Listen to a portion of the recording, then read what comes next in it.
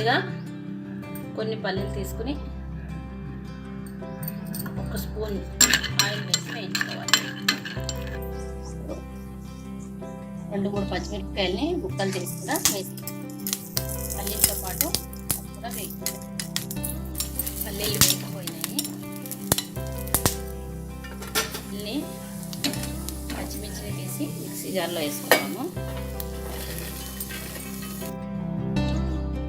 నూనె, కొబ్బరి ముక్కలు, ఒక 1/2 చెక్క కొబ్బరి ముక్కలు, అల్లం వెల్లుల్లి పేస్ట్ కొద్దిగా, ఒక 1/2 స్పూను సాల్ట్, చిటికెడు పసుపు వేసి మెత్తగా గ్రైండ్ చేసుకోవాలి. ఇలాగా మిక్సీ చేసి పెట్టుకోను.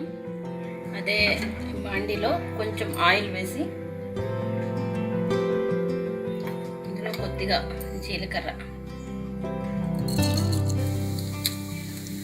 కొంచెం వేగాక కలుసుకోవాలి.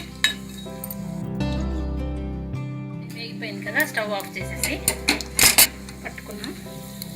దాంట్లో వేసేసుకోవడం. అయిపోయింది ఇడ్లీ చట్నీ. అంతే, ఇడ్లీ, దోశ అన్నిట్లోకి ఇది చాలా బాగుంటుంది.